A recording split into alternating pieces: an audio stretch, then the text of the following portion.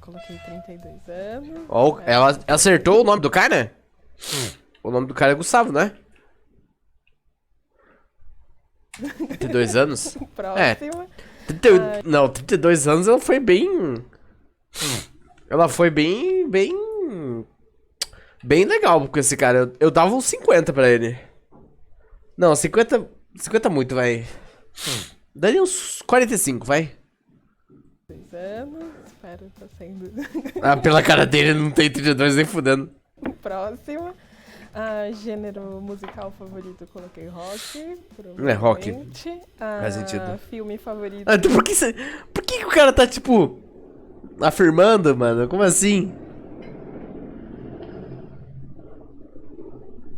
Ó o vizinho rico chegando.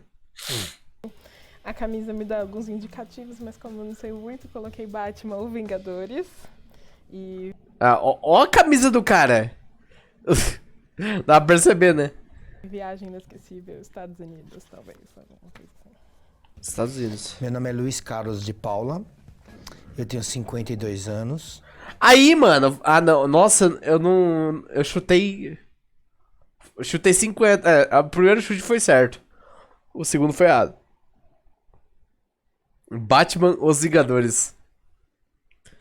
Eu gosto de rock. O meu filme favorito é Até o Último Homem.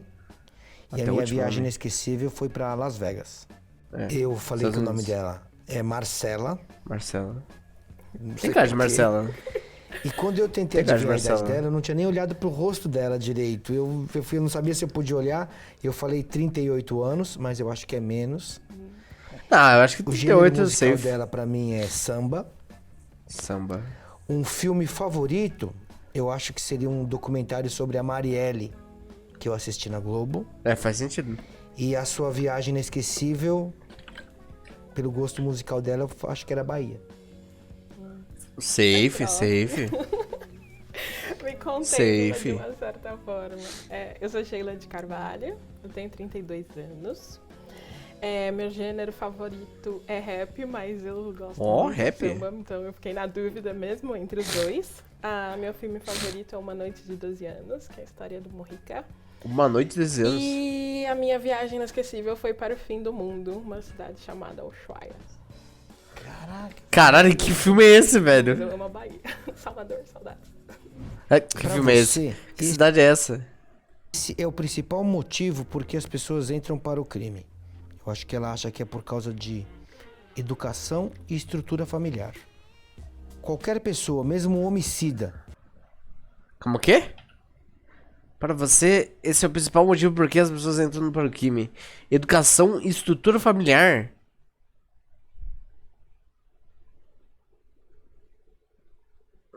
educação e estrutura familiar. Como assim?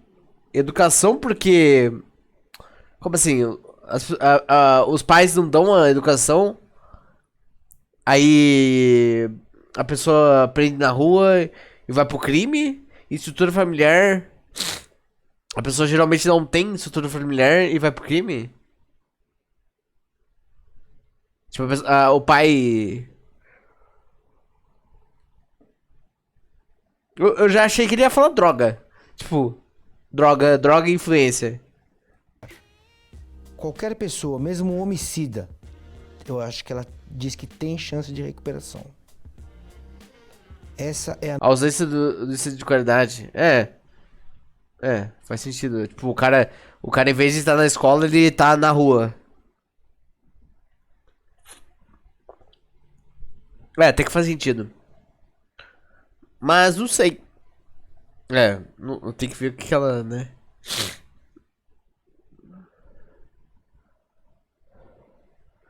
Pra uma pessoa de direitos humanos, eu não posso responder essas pesquisas. Sou muito imaturo. Ah, mano, não tem essa não.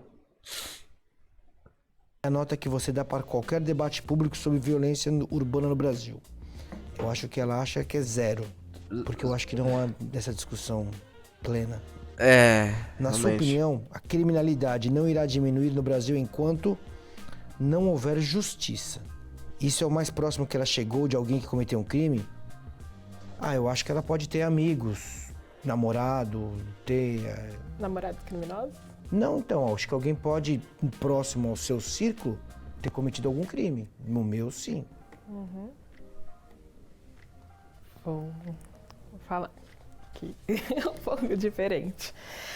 Mas o principal motivo pelo qual eu acho que as pessoas entram no crime é por conta da desigualdade social. Então, envolve um pouco de problemas relacionados à educação, mas privação a políticas públicas gerais, né? Limitação do acesso à cidadania. Eu acredito que qualquer pessoa tem chance de recuperação. Acredito mais em alguns casos do que em outros, logicamente.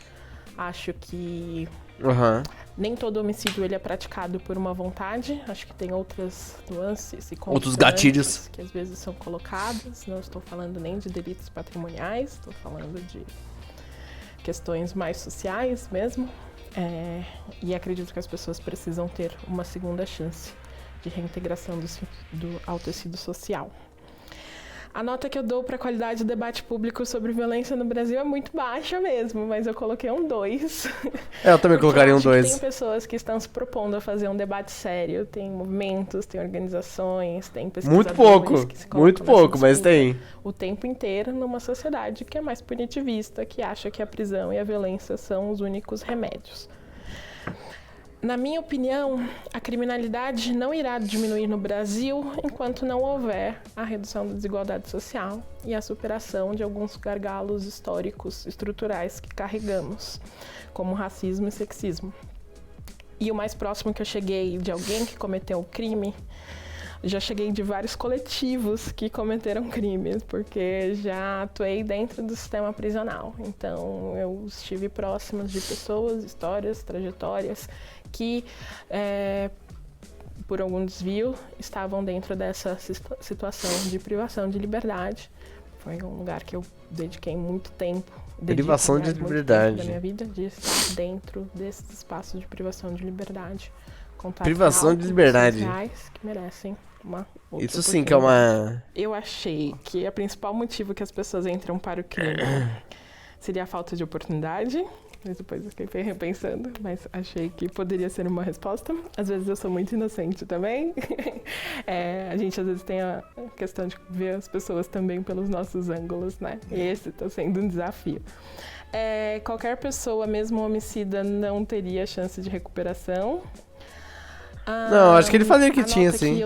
Que você daria para um debate público sobre violência urbana no Brasil seriam 5, talvez, algo mediano. Acho que não. O que está sendo colocado. Eu acho que ele falaria menos também. Para mim, eu acredito que você acredita que a criminalidade não irá diminuir no Brasil enquanto não houver mais punição. E o mais próximo que você chegou de alguém que cometeu um crime seria enquanto vítima. Para mim, o principal motivo que as pessoas entram para o crime é influência de amigos.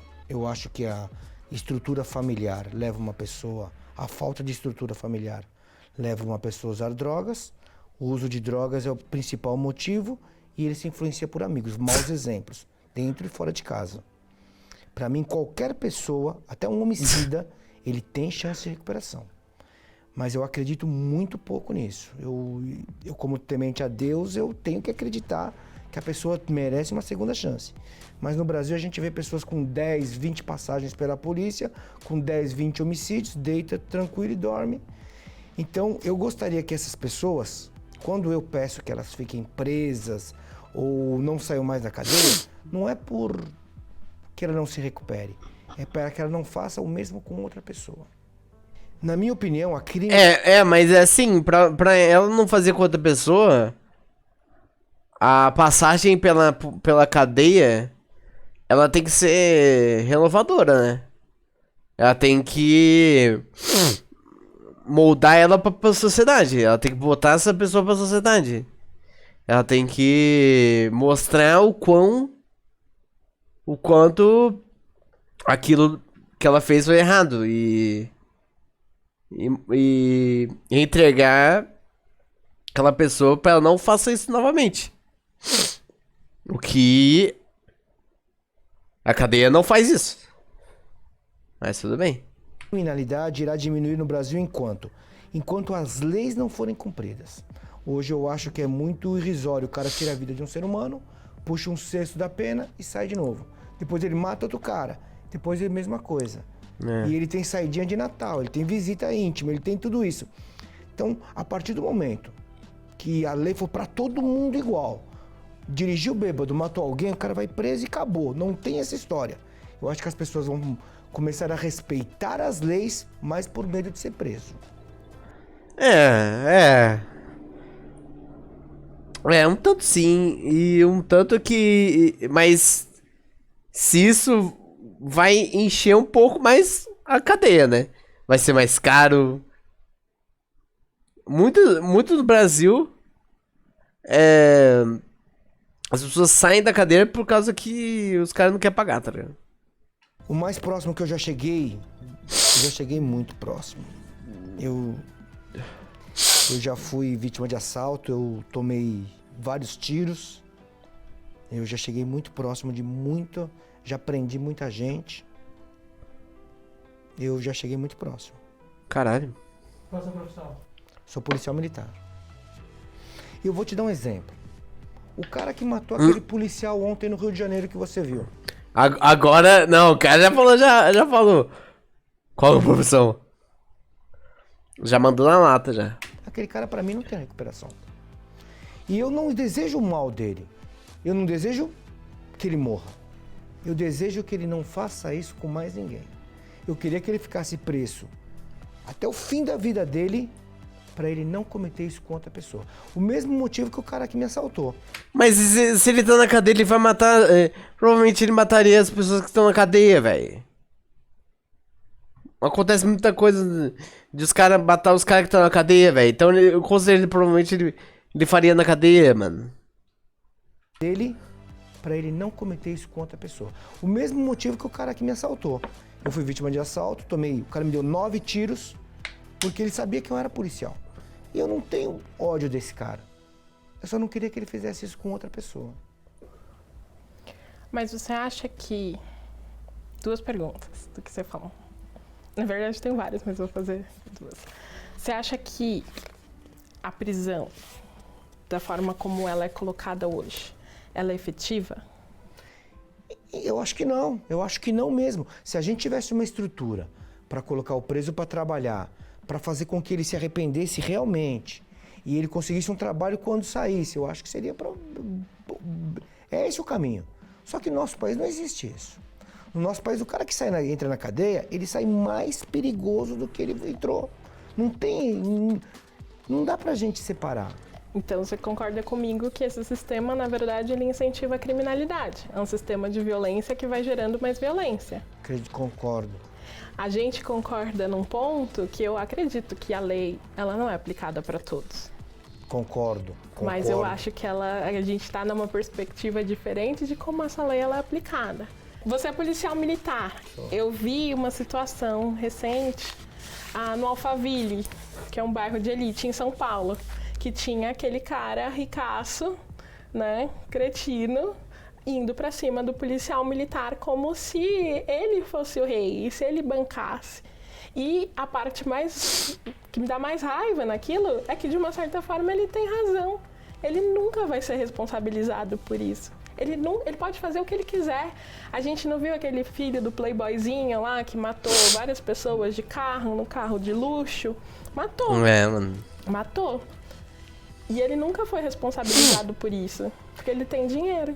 E ao mesmo tempo, eu falo pra você o seguinte, eu sou policial militar há 30 anos, eu Eu também. Entrei em comunidades, Vocês estão concordando muito, mano. Vocês estão se concordando muito, caralho. Bate ali logo. Tá ligado? prende um cara que roubou... Estão concordando muito. Ou que matou, a comunidade em volta não sabe nem o que está acontecendo e fecha a viatura para tirar o cara da mão da polícia. Então, é um círculo vicioso isso. A gente tem que estancar isso.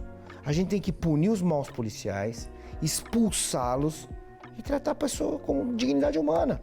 Para mim, o cara que achar que ele é melhor que alguém porque ele é branco e a outra pessoa é negra, ele é um idiota completo. Para mim, o negro, ele foi prejudicado por muito tempo, é óbvio.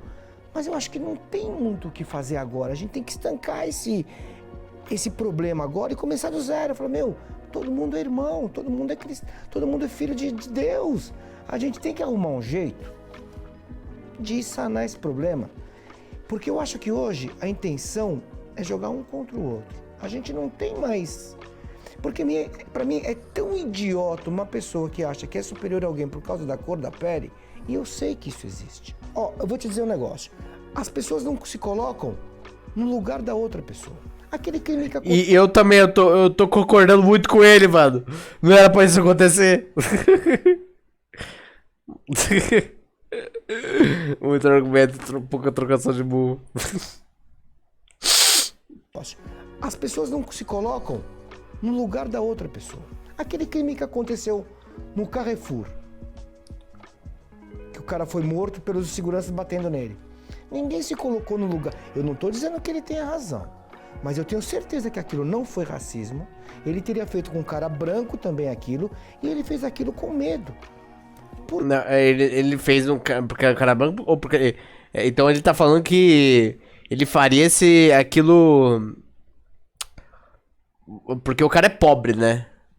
Então o problema daquilo ali é porque o cara era pobre. Por quê? Porque quando ele prendeu aquele cara, ele tá colocando o cara pra fora numa boa, naturalmente. O cara deu um murro na boca dele, você viu essa cena? Aí eles colocaram o cara no chão e começaram a bater. Quando ele deitou o cara e tentou algemar, o medo dele é aquele cara levantar dali e bater nele novamente. Eu diversas vezes já prendi pessoas que eu consegui... Tá, mas e daí se ele bater em você, caralho? Não justifica ele ter matado ele, porra. Consegui algemar. Porque se não algemasse ele ia pegar a gente e matar a gente. Luiz, veja bem. Então, desculpa, só pra acompanhar, terminar meu raciocínio. Então eu acho que a ideia é estancar o racismo. Tem que parar. Mas a gente não vai conseguir parar com essas ideias de qualquer coisa. Ah, ele fez isso porque o cara era negro. Não é só isso. A gente tem que estancar esse vitimismo. Tem que começar a falar, meu, isso foi racismo, mas nem tudo é racismo. Numa sociedade racista, Tudo é racismo. tudo tende a ser racista. É, ué. É isso que eu queria trazer o seu olhar pra sair. Acho que ele quis dizer que ia fazer independente da pessoa que fosse. É. Faz sentido. De problemas individuais e ter um olhar sistêmico. Por partes, né? Eu acredito, assim como você, numa política de segurança cidadã. Eu acredito que o policiamento que a gente tem, a política de segurança que a gente tem, ela tem que ser para a defesa e proteção da comunidade, da sociedade. Eu realmente acredito nisso. Acho que a gente precisa pensar em formas de construir esse tipo de modelo, que seja uma polícia para proteger, uma polícia para estar junto, caminhar junto, defender a comunidade. O que não é uma lógica que a gente tem por aqui. Eu não acho mesmo Não, eu concordo que com você. aquele agente de segurança privada do Carrefour, assistido por uma pessoa que é da força policial, teria cometido a mesma conduta num estado como o Rio Grande do Sul se a pessoa fosse branca. Não, aí isso eu... não teria acontecido. Assim como, Então. se isso acontecesse, você acha... Vamos trazer também para a lógica do supermercado. Lembra o caso do Ricoy, que o segurança privado torturou um menino negro de 14 anos por pegar um chocolate dentro do supermercado? Você acha que se um menino branco, bem vestido, com a sua Gucci, entrasse no supermercado, ele iria bater, não estamos torturar? falando da cor, você está falando do traje dele. Você está falando que ele está de Gucci. Aí eu concordo com você. Lá. Se fosse um menino branco que entrasse de chinelo no supermercado, ele não torturaria, porque há uma questão da disponibilidade dos corpos. As pessoas acham que o corpo negro é feito para castigo, porque isso vem assim. desde as nossas raízes históricas. Então, eu respeito o seu ponto de vista, porque você deve ter sofrido isso com as suas gerações. Mas é o que eu digo pra você, eu não consigo... Não, mano, não é que ela sofreu com as gerações, é que ela tá vendo ali, caralho.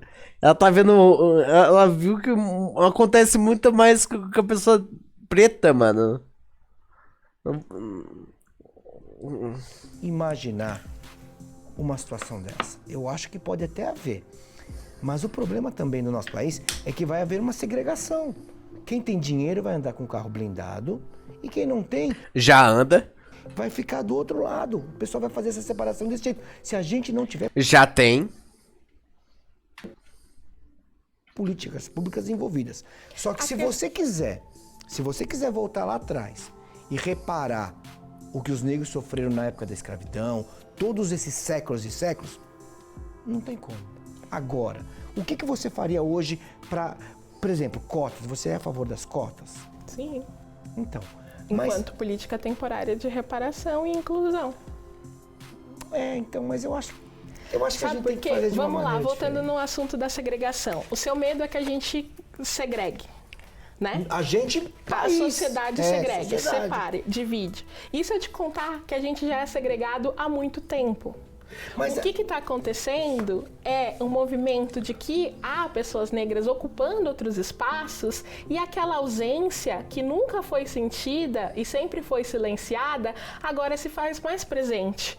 Porque antes você não tinha negros no judiciário. Vamos começar por baixo. Antes você não tinha negros na faculdade. Antes você não tinha negros nos postos importantes do mercado de trabalho. Antes você não tinha negros no judiciário, Hoje você na acha que Defensoria tem? Pública, no Ministério Público. Eu não acho que tenha da Tem forma pouco tempo, tem proporcional pouco. à representação racial da sociedade Mas você acha brasileira. que tem? Mas tem alguns. E esses alguns fazem barulho. A gente vê, um Emicida faz barulho. Ter um homem negro ganhador de um prêmio tão importante da música mundial faz barulho.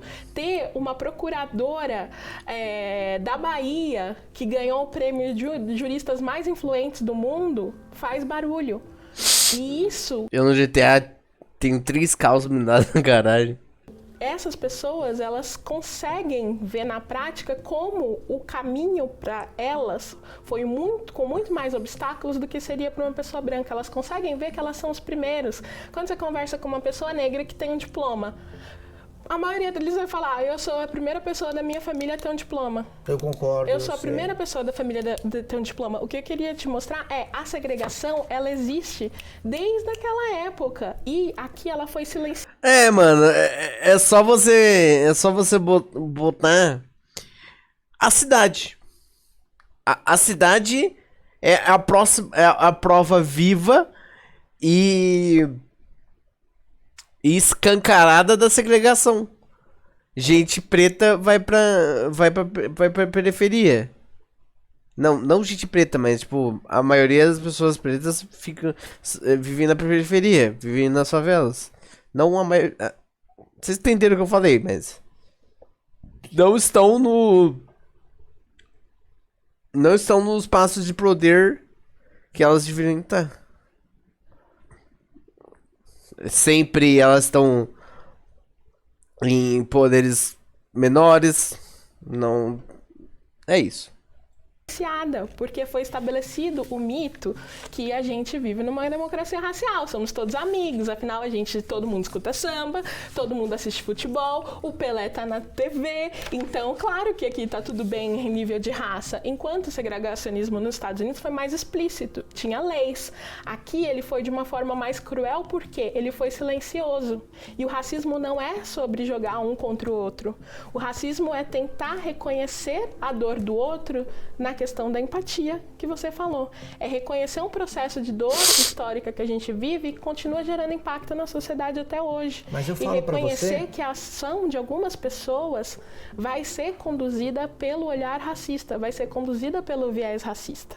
Isso Então, vai mas acontecer. ao mesmo tempo, ninguém tem um olhar desse que você tem para a Polícia Militar. Nós temos a Polícia Militar que mais morre no país. E a que Tão mais querendo agora mata. separar o presídio para militares. Suponhamos que eu esteja com a viatura. Estou perseguindo um cara que roubou uma moto ali. Por algum acidente, eu me desvie e atropele alguém que está na calçada e mate aquela pessoa. Você acha que eu tenho que ir para um presídio normal porque eu matei aquela pessoa ou tem que ter um presídio específico para a Polícia Militar? Eu acredito que a polícia militar, ela também precisa ter os seus direitos garantidos. Não a polícia militar, a instituição, Então, o policial militar. mas ninguém Eu se sou advogada coloca. de direitos humanos. É isso que eu faço da minha vida. Sou advogada de direitos humanos. E o que eu escuto muitas vezes, direitos humanos ou direito dos manos? E eu falo, não, direitos humanos, que é direito para todos. Uma das frentes que eu encampei, inclusive, enquanto de luta, era a proposta de atendimento à saúde mental de policiais. A saúde saúde Então, dos policiais. Eles Sabe querem, por eles, quê? querem comparar a nossa polícia com a polícia de Londres, que não anda com arma. É que você não consegue ver essa situação do meu lado, dentro de uma viatura, indo no Capão Redondo, em Parelheiros. Entra numa comunidade lá pra você. Eu faço um trabalho que eu me visto de Capitão América e levo crianças que estão fazendo tratamento contra o câncer. Eu entro em favelas vestido de Capitão América, o pessoal me adora, me ama. Mas se eu chegar lá com uma viatura, eles me maltratam. Então, a minha ideia... É porque a política... A minha ideia de se transformar em Capitão América e levar crianças era mostrar para as crianças que o policial é um cara legal, pode ser um herói para eles. A gente tem que desmistificar. Quando eu falo em vitimismo, é isso. A gente tem que se preparar. Mano, assim, é foda, né, velho? A imagem da polícia meio que... tipo, era pra ser... era pra ser uma imagem que protege as pessoas, mas a imagem da polícia é uma polícia que bate e que mata. Foda, velho. Agora, nas crianças, a gente tem que... Não que tenha uma geração perdida, mas você tem que fazer essas crianças acreditarem. Se você perguntar num bairro de brancos, vamos lá, de uma classe alta, escolas particulares, por uma criança de 7, 8, até 10 anos, o que ela quer quando crescer? O que ela quer ser? 90% vai dizer que quer ser policial ou bombeiro. Hoje em dia, não. Se você for na favela e tenta desmistificar isso, fala, quando as crianças falam, putz, é você que é o Capitão América, puxa, você é policial, cara. Eles ficam admirados. Eles acham que policial não faz trabalho social. Policial... Outra coisa, eu faço um trabalho na Polícia Militar, chama PROERD, Programa Educacional de... O cara do PROERD, mano. Ai. Eu, quando mais novo, já liguei o farolete de uma viatura. Foi emocionante. Caralho. Resistência às drogas. A gente vai numa escola, o cara do PROERD, mano. Dá aula contra as drogas, uma vez por semana. E quando a gente tem um curso, tem uma formação, é o programa. E as crianças veem a gente como um herói ali. Só que quando sai dali, acabou, a criança tem o traficante como ídolo. Aonde o poder público não chega, é o traficante que toma conta. Mas muitos lugares que o traficante toma conta é muito mais pacífico do que quando a polícia entra. Mas tudo bem, né? Perdi já, virou piada. Então... Então, a gente tem que arrumar um jeito. Eu não estou dizendo que eu tenha razão. Eu acredito até que você tenha mais razão que eu, porque eu vejo que você é uma pessoa muito esclarecida. Mas eu acredito que a gente tenha que estancar o problema e falar, daqui pra frente, a gente tem que fazer desse jeito. Nós temos que ter políticas públicas com as crianças. Outra coisa, eu vejo muita gente querer legalizar maconha. Não pode legalizar maconha no nosso país hoje, porque a gente não tem controle. Não que eu ache que... Ué, mas se legalizar vai ter o controle, né? Que ela é o mal do mundo. Não é isso. Mas eu acho que ela, nesse momento, ela não tem controle. Qualquer lugar que você esteja, a 500 metros de onde você tá, tem um lugar que vende droga.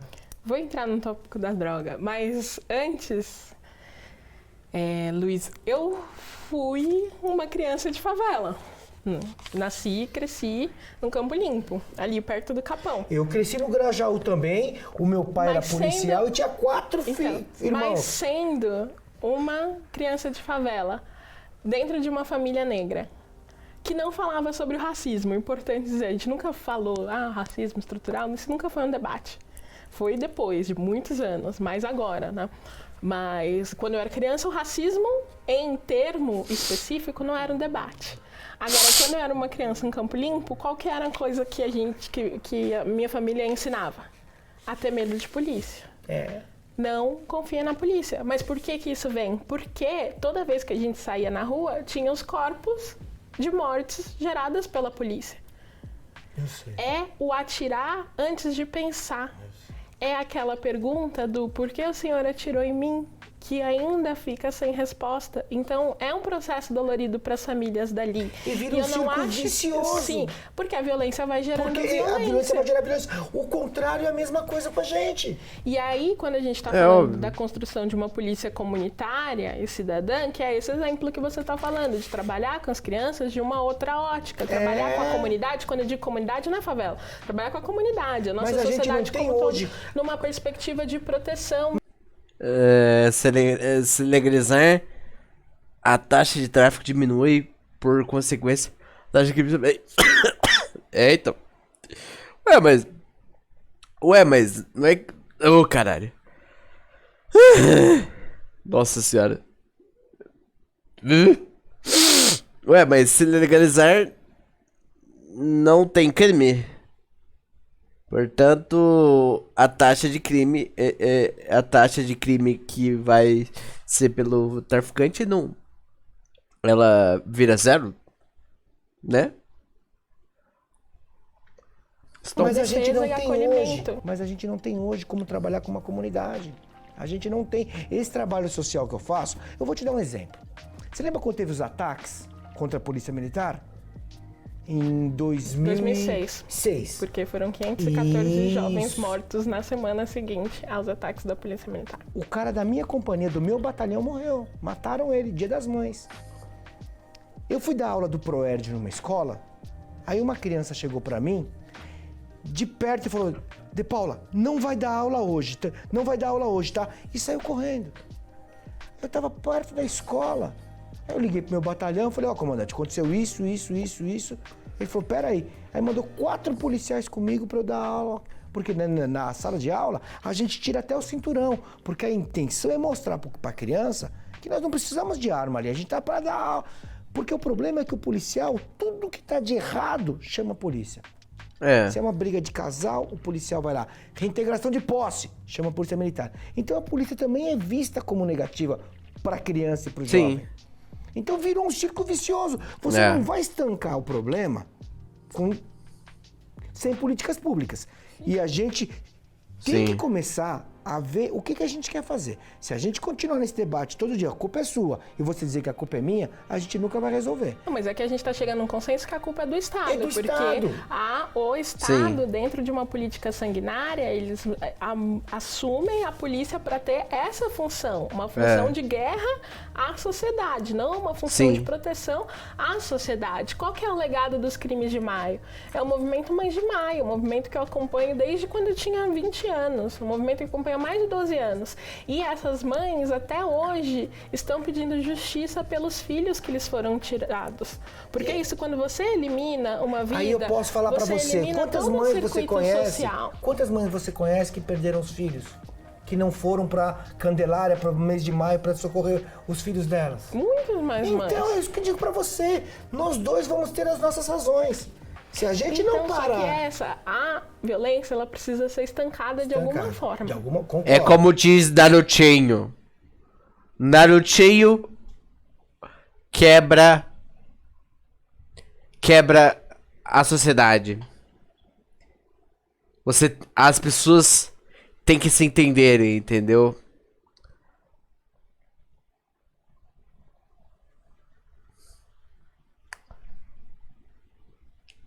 Ódio gera mais ódio. As pessoas têm que se entenderem. Eu nem sei qual o ponto dessa conversa, mas sobre desigualdade social agora há pouco foi racismo, agora é sobre polícia militar. Tudo tá aí voltado, né? Gogo solo. A violência precisa ser estancada de alguma forma. Mas não é você chegando pra polícia e falar: pessoal, é o seguinte, não vamos matar mais ninguém, vamos lá na favela e vamos fazer um trabalho social. A gente não tem estrutura pra isso. Não, só que a morte, a intervenção, ainda hoje, por exemplo, hoje, 2020, que a gente não tem políticas sofisticadas, que a gente não tem políticas públicas sociais avançadas, que a gente, ainda falta um monte de estrutura. Mas hoje, 2020... a ordem do dia precisa mudar para não ser matar enquanto a primeira reação. É o controle do uso da força de uma forma mais proporcional. E eu entendo que há uma situação de estresse, eu entendo que há uma situação de medo, eu entendo que deve ser horrível, não é uma posição, não queria estar no seu lugar. Mesmo. Eu não queria estar no seu lugar. A polícia também não queria. Eu queria trabalhar em Amsterdã. Que seria mais fácil para todos nós. Inclusive, para mim, advogada de direitos humanos, não ia ter violação, conseguiria ter férias. Aonde você vai falar com o cidadão, ele vai respeitar e acabou. Aqui Ele vai fumar um baseado na sua frente e ficar suave. não é assim. Mas a gente precisa reconstruir pactos civilizatórios. Só que a gente precisa também tentar discutir de uma forma muito mais racional a forma do uso da força das nossas forças de segurança pública. Uma coisa que me incomoda mesmo é quando as pessoas falam que a Polícia Militar de São Paulo é a que mais mata e esquece de falar que é a que mais morre. É a que mais mata, é a que mais morre. Eu sempre falo, a que mais mata é a que mais morre. Não é a opção do policial ir lá, vamos matar, ou vamos sair hoje, vamos matar um negro. Não existe isso. Eu sou policial, eu sei do que está acontecendo. Se o policial maltrata alguém, ele maltrata alguém preto, branco, não tem esse negócio. O problema Mas maltrata mais pretos do que brancos. é o jeito que estão fazendo.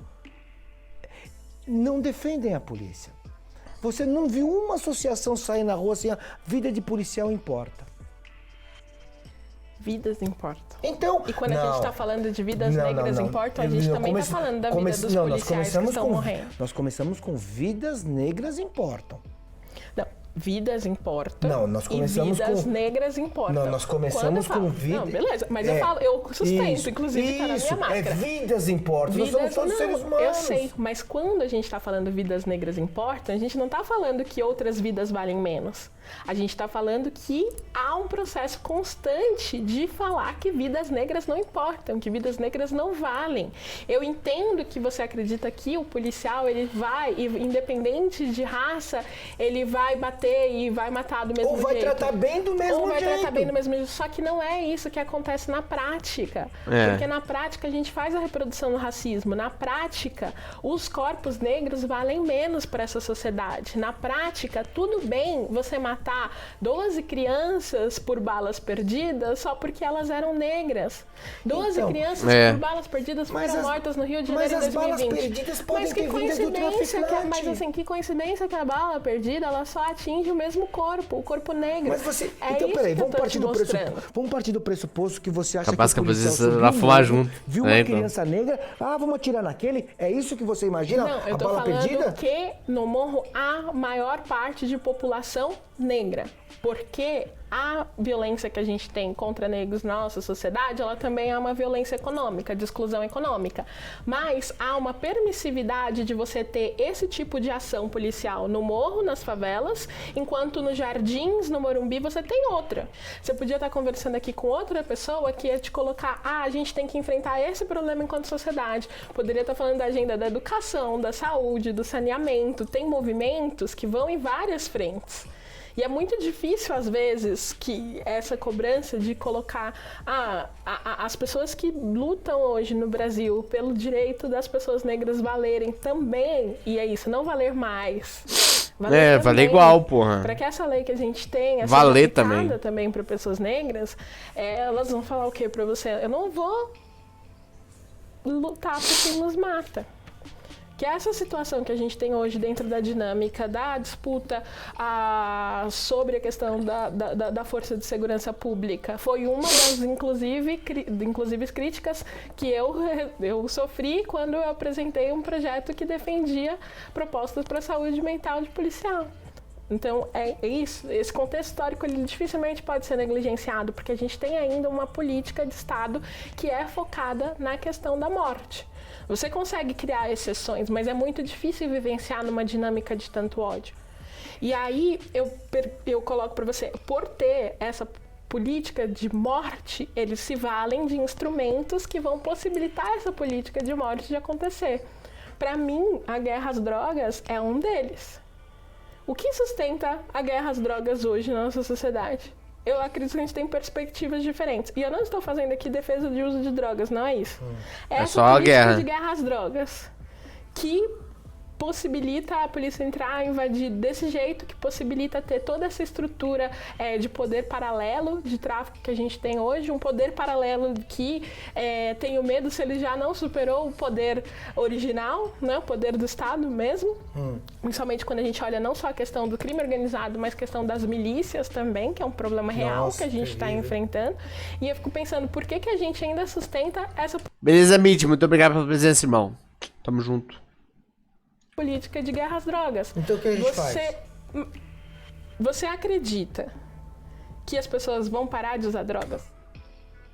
Eu acredito. Eu acredito se estancar. Que, mano? Como assim, velho? A pessoa vai usar droga de qualquer jeito, mano.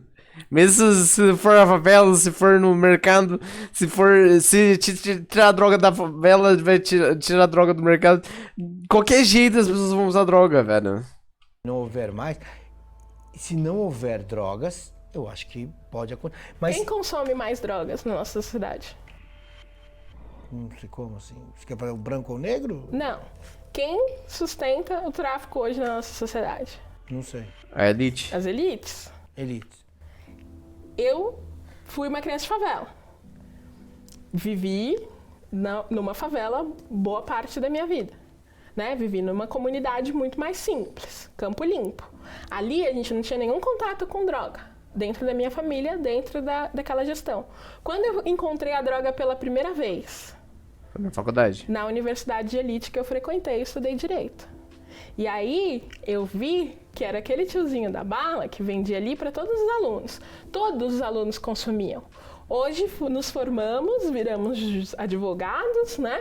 Dentro de um padrão ok de vida, e aí quando eu vejo não todos, mas uma parte significativa das pessoas que estão dentro do mercado financeiro, trabalhando no mercado financeiro, trabalhando nos grandes escritórios, nas grandes empresas, vivem à base de cocaína, vivem à base de heroína, outras drogas estimulantes. E aí eu faço, isso vai acabar? Não. Então o que a gente faz? A gente regulamenta. Regulamentar as drogas. Regulamenta. Cocaína. E aí você tá falando, eu não... Então a gente vai ser o primeiro no mundo a regulamentar o uso da cocaína. Não, tô falando que Ah, o primeiro do mundo.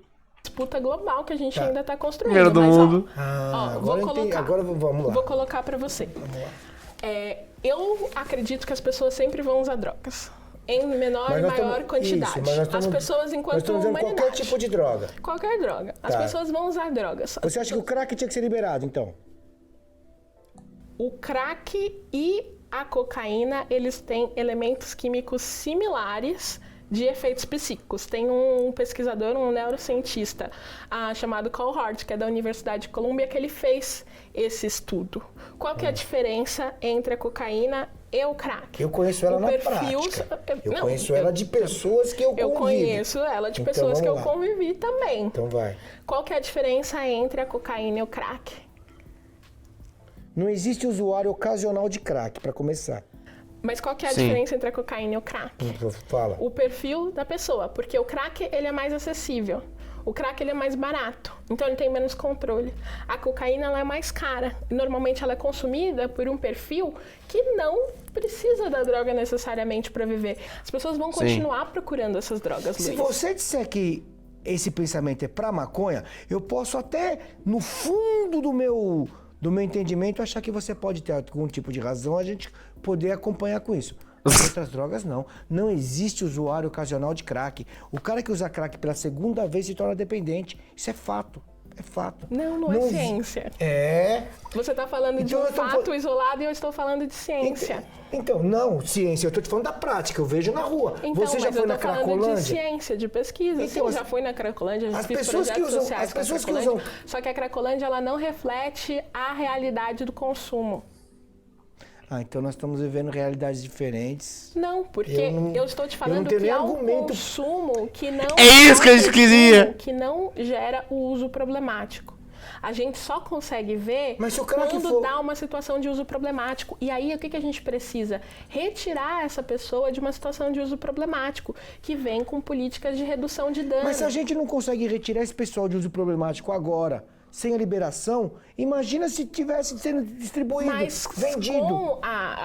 sem a liberação, ele consegue acessar isso de forma muito mais fácil, a qualquer tempo, em qualquer situação, sem a gente conseguir fazer um debate público e franco a respeito. A gente não consegue falar abertamente sobre drogas. Eu não consigo falar abertamente sobre maconha e crack e cocaína com a minha mãe. Inclusive sobre os efeitos benéficos que algumas drogas podem ter. Porque no caso, assim, por exemplo, maconha, acompanhei vários grupos de família que estão aí na justiça para que a gente consiga ter o remédio para crianças que têm epilepsia. Eu sei. E quando a gente tem essa hipocrisia em relação à droga, a gente se impossibilita, inclusive, de estudar. Eu quero mais estudos sobre o crack. Eu não estou segura completamente de todas as consequências do crack. Não estou segura completamente de todas as consequências do uso da cocaína ou As informações da maconha, que eu tenho que você, inclusive. as informações que eu tenho, eu passo do escritor do Ronaldo Laranjeira. É um especialista daqui do Brasil que fala que isso. É um especialista que já foi superado por várias doutrinas internacionais e pesquisadores internacionais. Inclusive tem um núcleo daqui da Unicamp destinado a só derrubar todas as teses que o Laranjeiras colocou.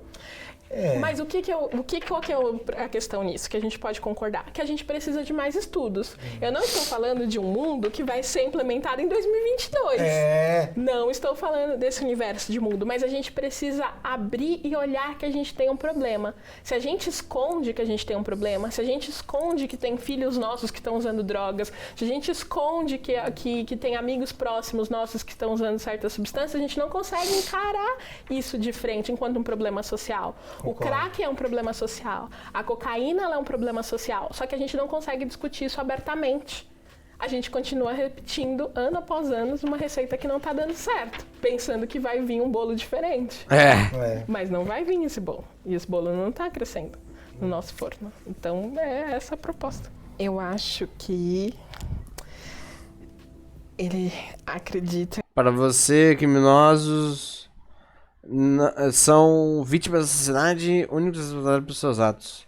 Que os criminosos são os únicos responsáveis por seus atos. Sim. A principal função da justiça em relação a um criminoso deveria ser... Eu coloquei a reintegração pelos nossos diálogos. A palavra que você usaria para resumir o sistema prisional falido? Eu coloquei medíocre. Medíocre, para você, a polícia enfrenta corretamente o crime? Não acho que enfrenta. Acho que nem enfrenta. Triste. A polícia brasileira não é racista no exercício do trabalho, como porque a gente já discutiu isso aqui também um pouquinho. Pra mim, bandido nunca vai ser vítima da sociedade. Pra mim, o criminoso, o ladrão faz ocasião, não é o contrário. Mas não tem nenhuma... Não, pode ter então, mas na maioria... Porque eu cresci com um pai também muito rígido ali. Meu pai uma vez, quando eu lembro até hoje, meu pai faleceu há um ano, mas eu lembro até hoje, quando eu tinha 8 anos de idade, se eu chorar aqui, eu tô tentando, mas eu não vou conseguir quando eu lembro do meu pai. Era sagrado, todo domingo a gente ia comer pastel, e antes de comer pastel, meu pai mandava buscar o Estadão pra ele. Aí uma vez ele me deu, supomos que hoje fosse R$10, eu fui lá, comprei um Estadão, o cara me voltou troco como se eu tivesse dado R$50. Eu voltei pra casa todo feliz. Falei, pai, você não vai acreditar, dá uma olhada. Aí meu pai falou, mas eu te dei só 10, por que você tá com todo esse dinheiro? Eu falei, o cara me voltou a trocar mais. Aí meu pai, pra saber se eu tinha percebido na hora e não devolver, ele falou, mas você viu na hora? Eu falei, vi. Ele me catou pela orelha. Ele me levou até a banca de jornal, faltando uns 10 metros para chegar na banca de jornal. Ele falou, eu não vou te levar até lá, porque eu tenho vergonha. Mas vai lá, fala que você só viu quando chegou em casa e devolve para ele. Aí eu fui lá e devolvi, e o cara falou assim, puxa, que bonito. Se fosse outro, não teria devolvido. E eu não teria devolvido. Mas eu nunca esqueci aquilo. Aí meu pai falou, nunca pegue nada que não lhe pertença. É o único legado que eu quero deixar para você. E eu aprendi isso daí. Então eu acho que pode Mas haver... você está falando de uma estrutura familiar que te deu a possibilidade de aplicar a ética, questões éticas e talvez questões morais dentro das suas ações. Não, eu tô falando por mim. Então eu criei, isso é o que eu penso. A principal justiça em relação ao criminoso deve ser a reintegração. Eu acredito que tem que... Mas os presídios que a gente tem no Brasil, cara, é medíocre. O cara que chega lá, ele sai formado em criminalidade, ele sai muito mais perigoso. Se o cara chegou, o cara roubou hoje uma bicicleta e for preso, lá se ele não se fizer parte ou do PCC ou do Comando Vermelho, matam ele na cadeia. Você sabia que o cara quando cai na cadeia, se ele não fizer parte de nenhum crime, de nenhuma dessas facções, a família tem que pagar uma mensalidade pro PCC pra ele continuar vivo lá? Caralho. Então, é complicado. Eu conheço casos de cara que pediu pra irmã ir lá ter relação sexual com o preso pra ele ter uma salvo-conduto lá e não matarem ele. Puta Então, merda. o nosso presídio não funciona. Para mim, a polícia não enfrenta corretamente o crime. A polícia nem se defender consegue. Se você me disser aqui agora, ó, eu te dou em 10 minutos o nome de 30 policiais amigos meus que morreram em serviço. E isso aí não pode ser normal, não pode ser normal. O cara que entra na polícia não entra pra matar, não entra pra morrer, ele entra pra defender a sociedade. Ué. Na minha opinião, a polícia militar não é racista. Eu não acredito, eu não consigo acreditar que o ser humano pode se achar melhor porque ele é branco, do cor diferente. E comigo, eu acho também que eu penso assim, porque eu tive uma criação, o policial que me ensinou na época, que era mais antigo que eu, me ensinava dessa maneira, e eu passei a ensinar o meu parceiro dessa maneira. Eu não admitia. Uma vez, eu vou te dar um exemplo. Eu vinha vindo com uma viatura, eu estava dirigindo, e o meu parceiro recrutinha do lado, que ele não tinha habilitação. Aí um carro quebrou, uma mulher quebrou o carro, uma mulher e um homem. Quebrou o carro na frente, eu parei, falei, ó, só tirar a viatura ali você consegue, estaciona a viatura ali. Desci, empurrei o carro do cara, parei, chamei o guincho e tal, ajudei ele e tal. Aí falou, foi embora e tal. Aí o policial, meu amigo, falou, De Paulo, não faz isso não, meu. Eu falei, o quê? Ele falou, meu, você fardado empurrando o carro de paisano? Aí eu fiquei indignado, eu falei, mas e se fosse a sua mãe que tivesse o carro quebrado? Aí ele estancou assim, falou, putz, é verdade. Então é uma coisa tão simples, foi um exemplo que eu dei pra ele que ele seguiu. Exemplos. A vida da gente é exemplos. Não adianta você falar pra uma criança, ó, não joga papel no chão, se você mesmo jogar papel no chão. Então se você criar o hábito de colocar um papel no bolso, chegar numa lixeira e você jogar, ele vai falar, putz, isso é legal. Ele vai ser criado a exemplos. Pra ela, criminoso é vítima da sociedade. Eu posso acreditar em parte, se a gente abrir, dissertar um assunto sobre isso, eu vou até poder não ter a minha opinião formada, porque só tem essas duas. Para você, a principal função da justiça em relação ao criminoso é a reintegração. A palavra que ela usaria para resumir o sistema prisional, ineficaz. Para ela, a polícia não enfrenta corretamente o crime e a polícia militar é racista. Sim. Então, os criminosos, pra mim, dentre essas opções, eu coloquei que é vítima da sociedade, mas eu não acredito que vítima seja o termo adequado para isso. Eu acho que nem sempre o crime vai acontecer, ou a ideia de crime vai acontecer, porque uma pessoa quer. Eu acredito que tem situações que a nossa estrutura de Estado e sociedade colocam que faz com que a ação seja a única possível. É a questão, por exemplo, do tráfico. Quantas pessoas não estão envolvidas numa dinâmica de tráfico para geração de renda, quando não há outra oportunidade? Né? Tem vários casos que eu acompanho de mulheres que são presas por tráfico. As mulheres estão dentro... As mulheres e os aviãozinhos, os adolescentes e as mulheres estão dentro de uma linha de frente da produção do tráfico. E eu digo por quê? Normalmente fica a encargo da mulher o cuidado da casa, da dinâmica dos filhos. Mas se a gente partir desse pressuposto, não é justo com o cara que cata papelão na rua carregando papelão. Ele arrumou um outro jeito. Não, tem Se outras você legalizar formas de dizer que você não tinha fazer. outro jeito, Agora, tem tem que sempre ter outro situações... jeito. Nem sempre tem outro tem jeito. que ter. Tem que ter. Tem Pra vender situações que é a drogas, única...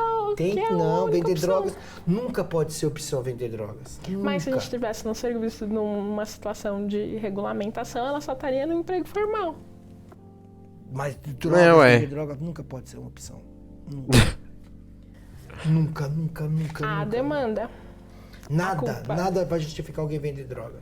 Então, nada justifica esses grandes impérios das drogas que exploram essas mulheres e essas Aí a gente crianças vai dentro cair, desse processo. aí a gente vai cair naquele mesmo assunto. Vamos voltar. Vai lá. Mas eu acredito que... Caralho, velho, o cara tem...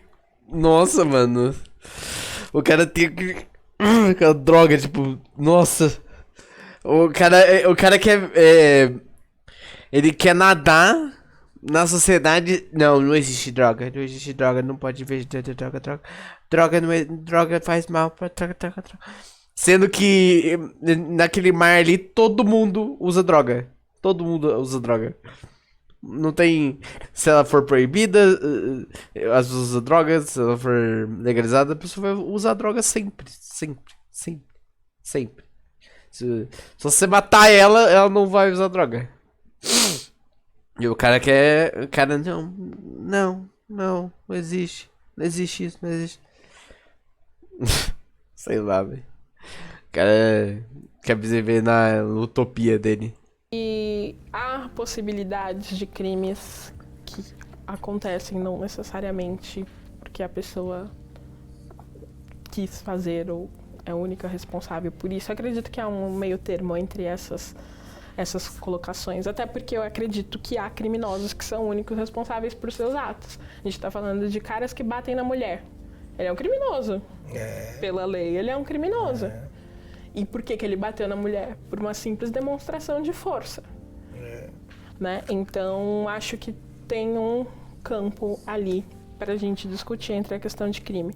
Eu acho que a função da justiça deveria ser a reintegração, mas também é dentro dessa linha de que aquele que mata é um criminoso também, ele precisa ser responsabilizado por isso, né? Que não é o que a gente vê quando a gente está falando da questão de polícias.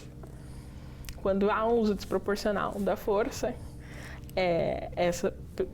há muitas essa vezes não há, né? intencionalidade do matar pelo matar, por mais que seja uma pessoa que esteja de farda, ela está saindo da situação de farda que se espera dela, indo para uma situação de crime. Eu concordo com você, mas tem que ter uma... você tem que analisar também de outro prisma. Suponhamos que eu sou policial. Outro prisma. Eu tô com meu parceiro aqui. O ladrão... Suponha que eu sou um policial. Eu sou um policial. veio, trocou tiro e matou meu parceiro. Eu poderia ter até prendido ele, mas eu matei ele. Num primeiro momento, sem você conhecer o tema, nada, já vão falar, ó, a polícia matou o cara, tal, blá, blá, blá.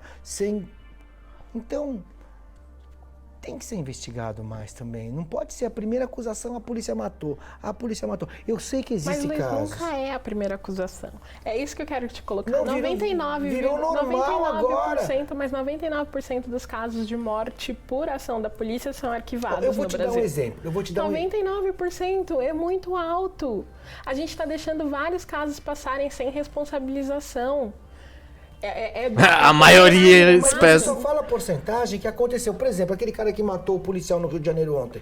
Ele foi preso ontem. A polícia não matou ele.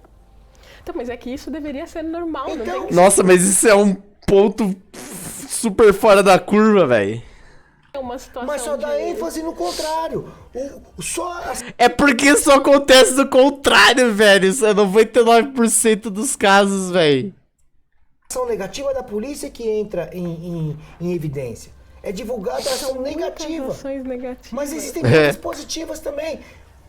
Então, mas aí é outra... Eu vou te dar um a exemplo. gente não recebe premiação. Quando eu tirava 10 no colégio, meu pai falava, não fez mais do que sua obrigação. Não recebia floreio, não recebia nada. Mas a polícia Agora, militar... no dia que eu tirei um 6... Eu vou te dar um exemplo. A polícia militar, ela é muito massacrada. Ninguém defende.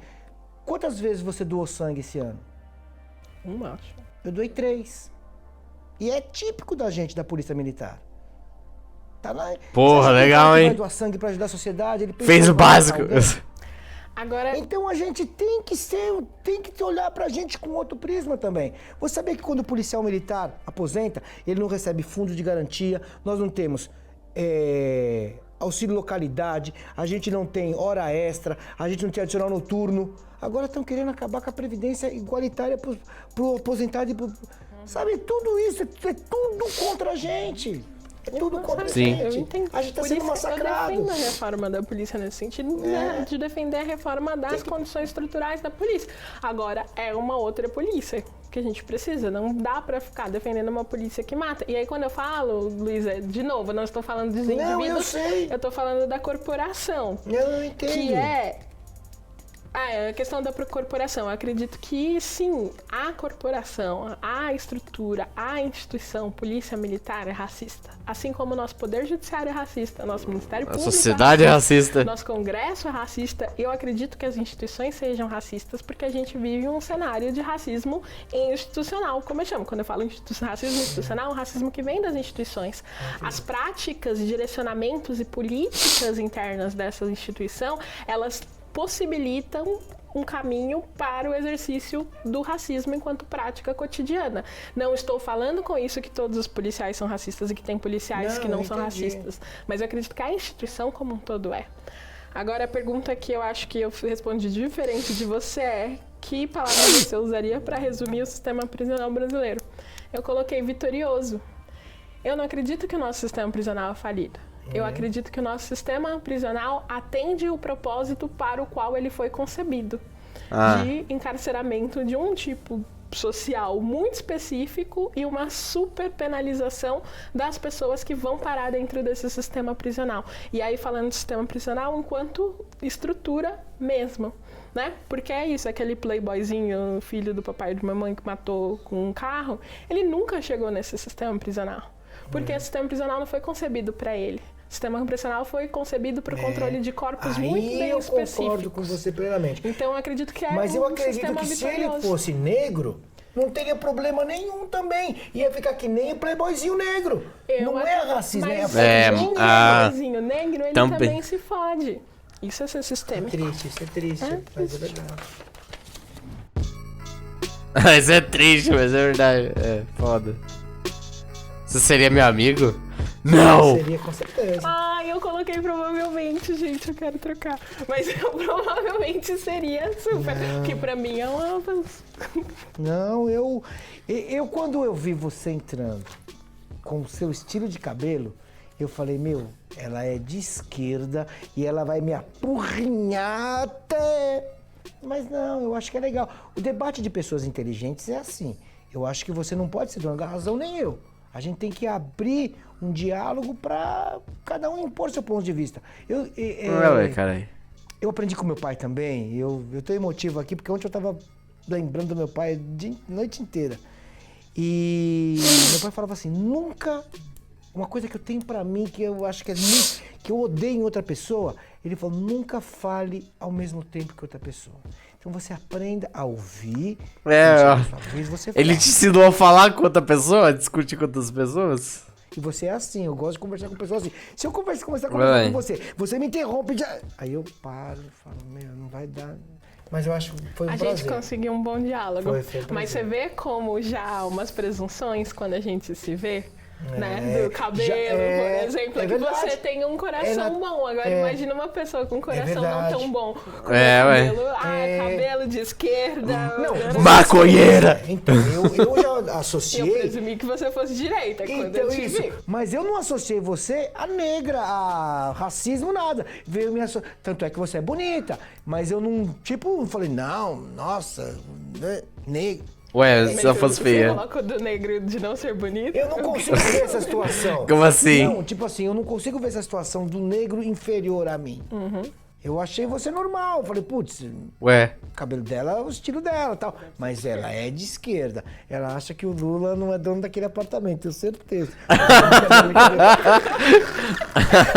Tem razão de posse. Mas eu gostei de conversar com você. Achei que foi foi importante. E eu faço isso, né? Eu tenho uma Kombi, que é a Kombi dos Direitos, ela chama Combativa, que a gente faz diálogo sobre direitos humanos com pessoas que Legal. não necessariamente são alinhadas à ideia dos direitos humanos. E eu tenho um triciclo Café do com Capitão bolo. América e visito crianças que estão fazendo quimioterapia. Você Um entra no dia a site pra gente conhecer. junta, Vamos a juntar. Kombi e o Fechado. triciclo e a gente faz um grande encontro lá no Beleza. Capão. Beleza. Você é lá no Capão? Próximo, ali em Campo Limpo, o Capão, a Eu divisa. vivo ali, cara. Eu vou direto ali. É nóis, combinado. Tá bom. Fechou. Da hora, da hora. Foi muito bom. Vamos mijar. Ah, mijar.